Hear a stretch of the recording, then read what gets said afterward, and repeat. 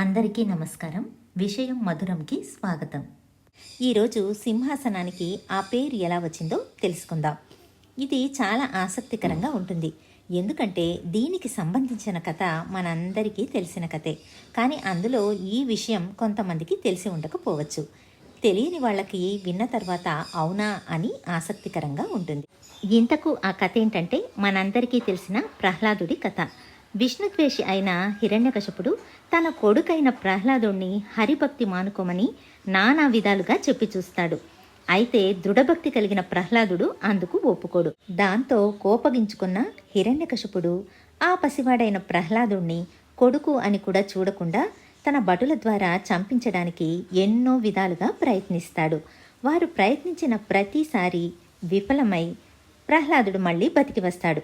ఇది చూసి హిరణ్యకశిపుడు ఆశ్చర్యంతో నిజంగానే ఆ హరి నిన్ను రక్షిస్తున్నాడా? అయితే ఎక్కడున్నాడు అని అడుగుతాడు. అప్పుడు ప్రహ్లాదుడు ఎంతో నిర్భయంగా ఎక్కడేంటి అన్ని చోట్ల ఉన్నాడు అని సమాధానమిస్తాడు. అన్ని చోట్ల ఉన్నాడా? అయితే ఈ స్తంభంలో ఉన్నాడా అని తన గద తీసుకుని ఆ స్తంభాన్ని రెండుగా బద్దలు కొడతాడు. ఆ క్షణంలో లోకమంతా దద్దరిలగా ఆ స్తంభంలో నుంచి ఉగ్రుడైన నరసింహుడు ప్రత్యక్షం అవుతాడు. ఆ భీకరమైన ఆకారాన్ని చూసి హిరణ్యకశిపుడు కూడా ఒక్కసారి భయపడి మళ్ళీ తేరుకుని గదతో నారసింహుడి మీదకు వెళతాడు. నారసింహుడు వెంటనే హిరణ్యకశిపుణ్ణి ఒక గడప పైన తన ఒడిలో కూర్చోబెట్టుకుని హిరణ్యకశిపుడి పొట్టను తన చేతి వేళ్లతో చీల్చి ఆ పేగులను తన మాలలుగా ధరిస్తాడు. ఇంతకు హిరణ్యకశిపుణ్ణి ఈ రకంగా నరసింహ రూపంలో వచ్చి చంపటానికి కారణం ఏంటంటే హిరణ్యకశిపుడు బ్రహ్మ కోసం 1000 ఏళ్ళు కఠినమైన తపస్సును చేస్తాడు. బ్రహ్మ ప్రత్యక్షమైనప్పుడు ఏం వరం కావాలో కోరుకోమంటే తనకు మరణం లేని వరాన్ని ఇవ్వమని అడుగుతాడు.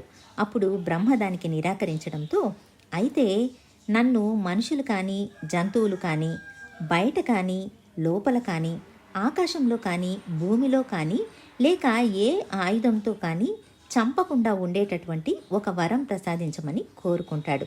అందువల్లే విష్ణుమూర్తి తలభాగం సింహం రూపంగాను మిగిలిన కింది భాగం మానవ రూపంగా నరసింహ రూపంగా అవతారం తీసుకుంటాడు.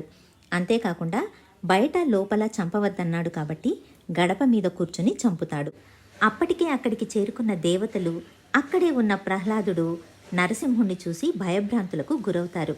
వాళ్ళందరూ నారసింహుణ్ణి స్తుతించి ప్రసన్నం కమ్మని వేడుకుంటారు. అలా వాళ్ళు స్తుతించిన కాసేపటికి నారసింహుడు ప్రసన్నుడై పక్కనే ఉన్న ఆసనం మీద కూర్చుంటాడు.